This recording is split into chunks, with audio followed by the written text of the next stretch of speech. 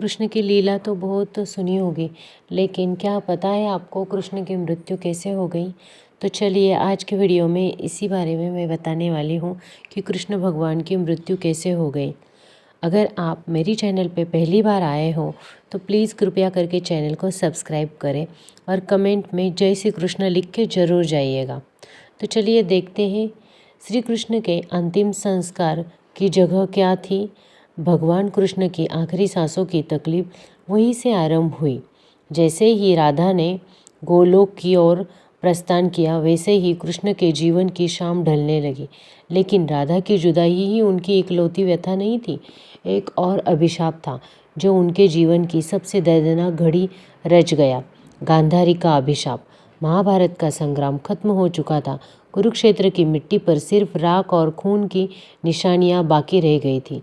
जब गांधारी अपने 100 बेटों की मौत के बाद उनकी जली लाशों के करीब पहुंची तो उसका गुस्सा और दर्द बयान से परे था।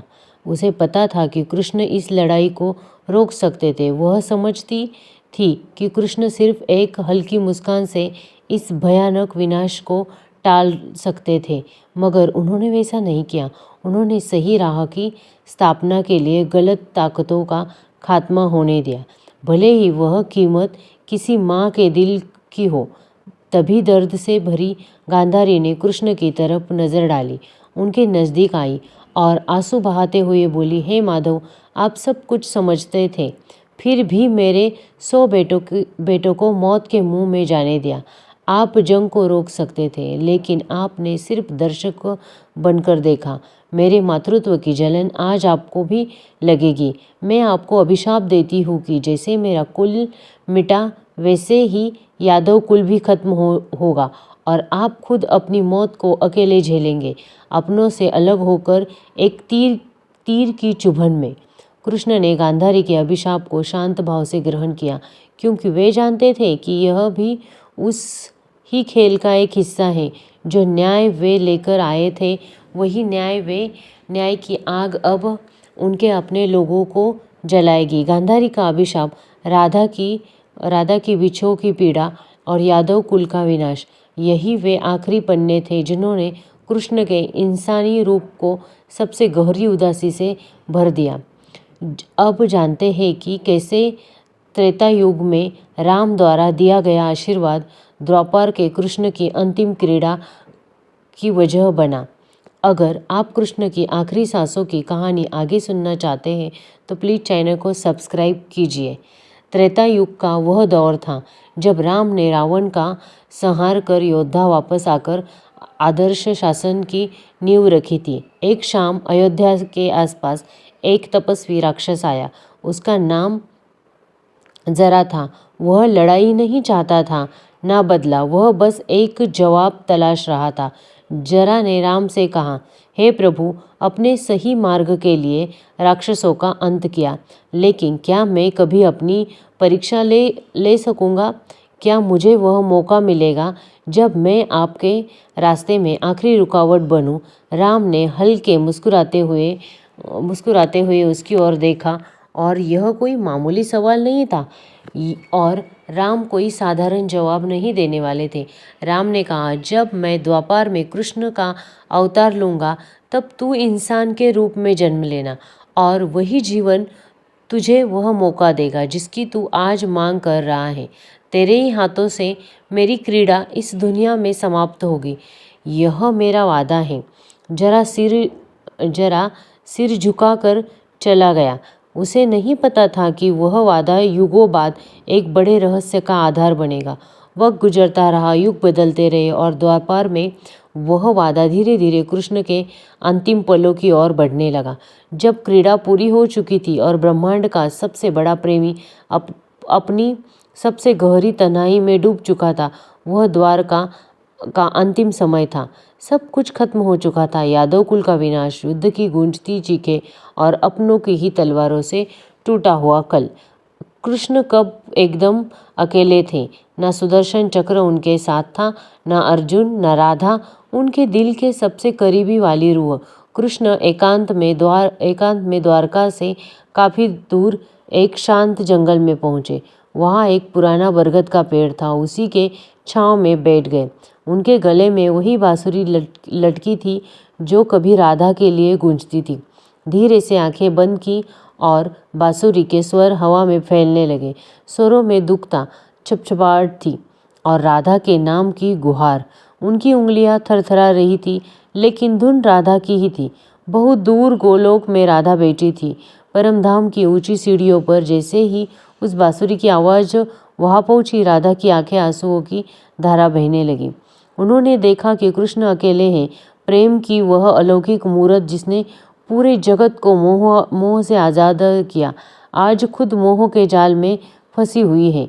राधा ने कांपती नज़रों से कृष्ण की तकलीफ तरफ हाथ बढ़ाया, लेकिन वे उन्हें छू नहीं सकती थी। गोलोक की देवी, परम ब्रह्म की स्वरूपिणी राधा जैसे जारा जगत पूजता है, आज कृष्ण के दर्द के आगे बेबस हो चुकी थी।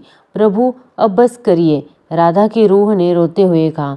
मुझे वापस आने दीजिए, मैं फिर आऊँगी, बांसुरी की धुन बनकर लौटूंगी, मैं फिर वृंदावन की गलियों में बहूंगी, लेकिन यह तन्हाई मुझे सहन नहीं होती। लेकिन कृष्ण चुप थे। बांसुरी नहीं रुकी, बस स्वर धीमे हो गए, जैसे किसी नदी की आखिरी लहरें चट्टानों से टकरा कर रही हो। आसमान सन्नाटे में डूबा हो, धरती खामोश थी और समय उस पल पे आगे बढ़ रहा था जिसे भूल गया जब खुद ईश्वर थक गया। धीरे धीरे शाम उतर रही थी। बरगद का वह पेड़ जो सालों से सिर्फ एक गवाह था, आज कृष्ण की आखिरी सांसों का साक्षी बनने वाला था। उसकी जड़ों के पास वह शरीर था जिसने पूरे युग को संभाला, जिसके इशारे पर सही राह टिकी थी। आज वही शरीर कांप रहा था। अकेला, शांत और बिखरा हुआ कृष्ण। आंखें बंद थी, लेकिन मन में तूफान मचा था। एक जीवन जिसमें कभी आराम नहीं मिला। मैं पैदा हुआ तो माँ की गोद भी पूरी तरह नसीब नहीं हुई। देवकी के गर्भ से जन्म लिया, लेकिन पहली बार आँख खोली तो चारों तरफ कैद खाने की दीवारें थी। यशोदा माँ ने बड़ा किया, लेकिन जन्म देने वाली माँ को देखने तक का मौका नहीं मिला। माँ के छूने की चाह, बचपन की मासूम मुस्कान कभी जी ना सका। जिस उम्र में बच्चे खेलते कूदते हैं, मैदानों से भिड़ा। फिर आया मोहब्बत। राधा मेरा सबसे खूबसूरत, सबसे पाक सा अनुभव। लेकिन क्या मिला?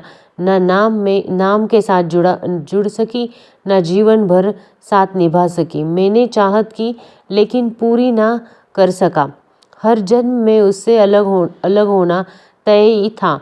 क्या यही चाहत थी? मैं राधा को पीछे छोड़ आया, वृंदावन को पीछे छोड़ आया, और पीछे रह गया मेरा दिल, मेरा बचपन से ही कंधों पर दुनिया की लड़ाई न्याय सही राह का बोझ था। कभी द्रौपदी के सम्मान की हिफाजत, कभी अर्जुन की घबराहट में डूबी सोच को जगाना। महाभारत लड़ा, लेकिन क्या हासिल किया? हर अपने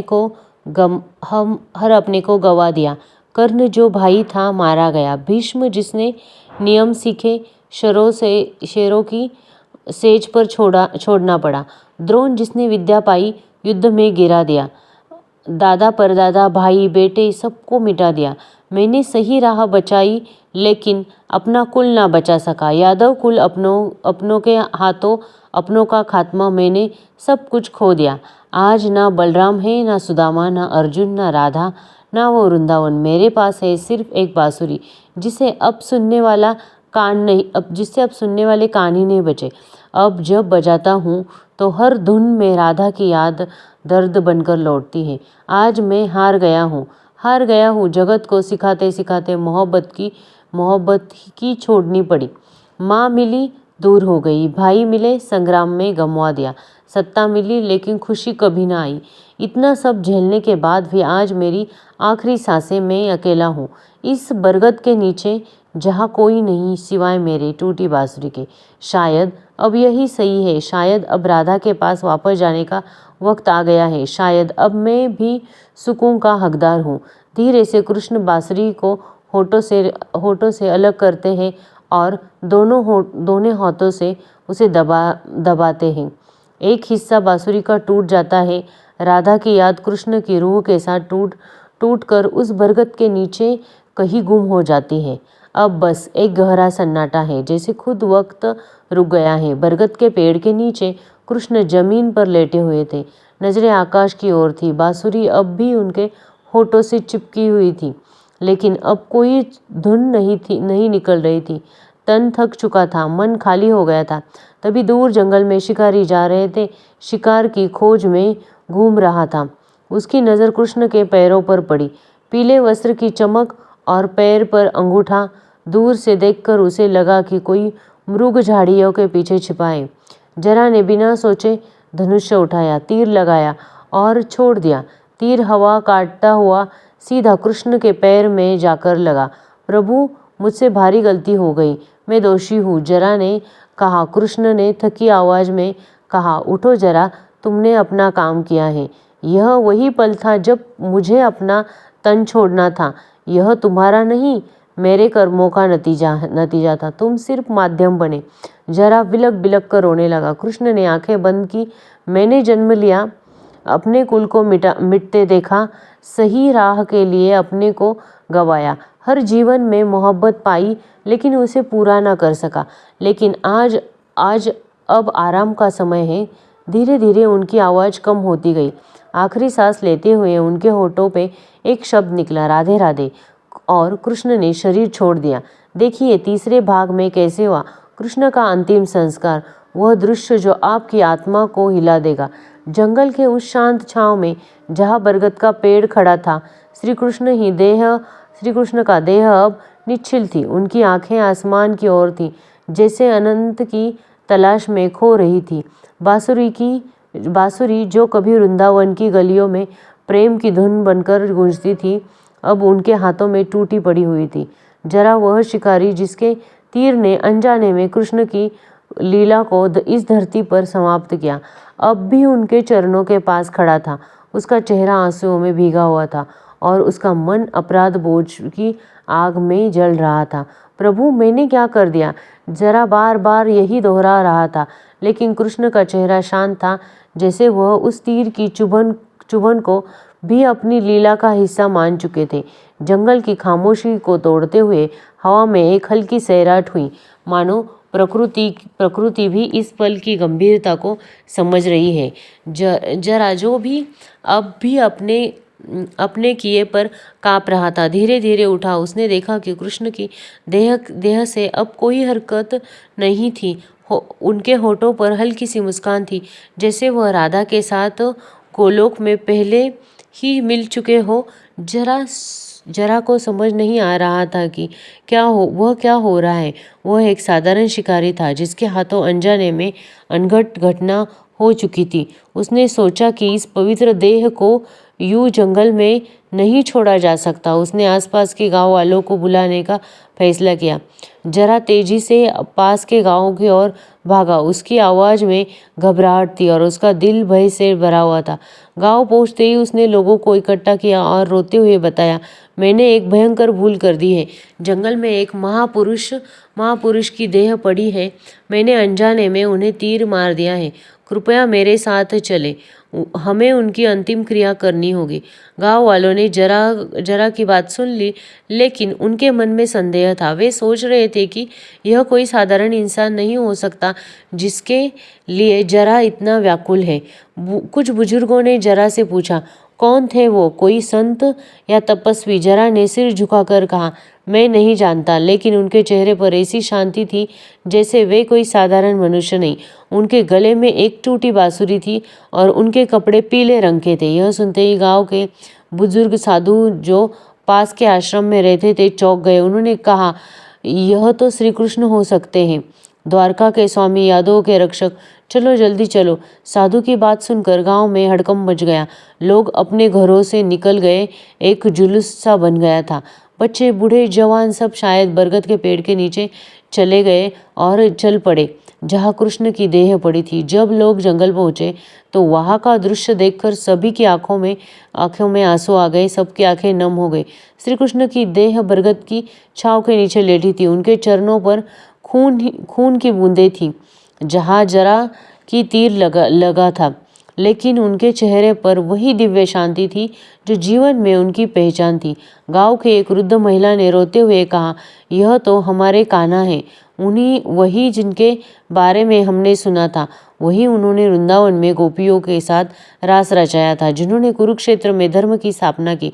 लोग उनके चरणों में झुक गए। कुछ ने उनके पैरों को छू लिया, कुछ ने उनके चेहरे को देखकर प्रणाम किया। साधु के आगे बढ़कर कहा, हमें उनके अंतिम क्रिया के लिए तैयारियां करनी होगी।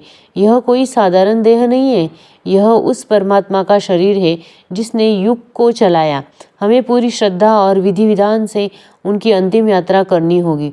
गांव वालों ने साधु की बात मानी और तुरंत तैयारी शुरू की। कुछ लोग लकड़ियां इकट्ठा करने लगे, कुछ ने पवित्र जल लाने की कोशिश की और कुछ ने नदी की ओर प्रस्थान किया।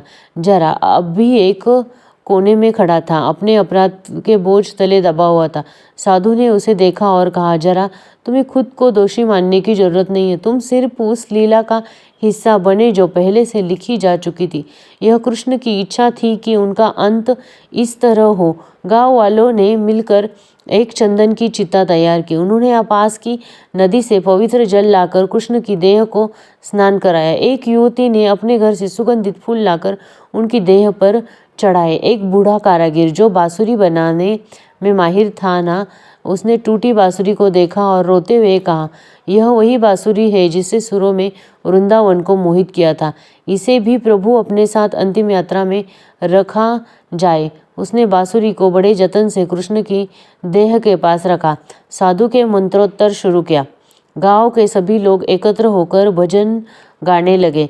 हरे कृष्णा हरे रामा गूंजने लगे। यह दृश्य इतना धार्मिक था कि आसमान में बादल घिर आए और प्रकृति भी इस क्षण में शामिल होने लगी और चिता तैयार थी। कृष्ण की देह धीरे से चिता पर रखा गया।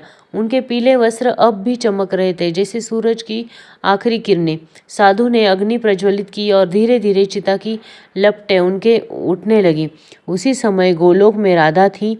उसकी आंखें अब भी आंसुओं से भरी हुई थी। जैसे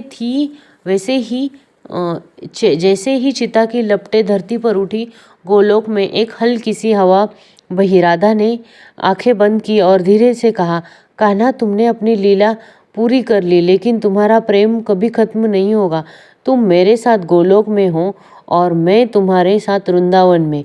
यह बिछो सिर्फ शरीर का था, हमारी आत्माएं हमेशा एक हैं। उनकी आवाज़ जैसे हवा में घुल गई और वह धुन धरती पर उस चिता तक पहुंच गई। गांव वालों को लगा कि हवा में कोई मधुर स्वर गूंज रहा है, जैसे कि राधा की आत्मा कृष्ण को विदाई दे रही हो। चिता की लपटें अब आसमान को छू गई थी। लोग खामोश खड़े हुए थे, कुछ रो रहे थे, कुछ प्रार्थना कर रहे थे। साधु ने कहा, यह देह भले ही मिट गया हो, लेकिन कृष्ण कभी मिटते नहीं। वे हर उस दिल में जिंदा है जो प्रेम करता है, जो धर्म के लिए लड़ता है, जो सत्य के लिए खड़ा है।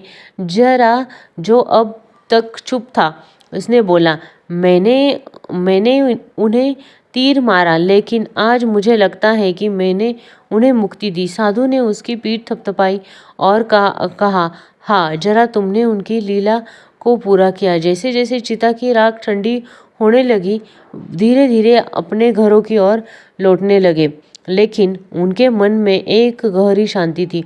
उन्हें लगा कि उन्होंने उस परमात्मा की अंतिम यात्रा में हिस्सा लिया जिसमें उनके लिए अगणित बलिदान दिए। बरगद का पेड़ अभी भी खड़ा था, वह इस पवित्र घटना का साक्षी बनकर रह गया। श्री कृष्ण की कहानी यही खत्म नहीं होती है।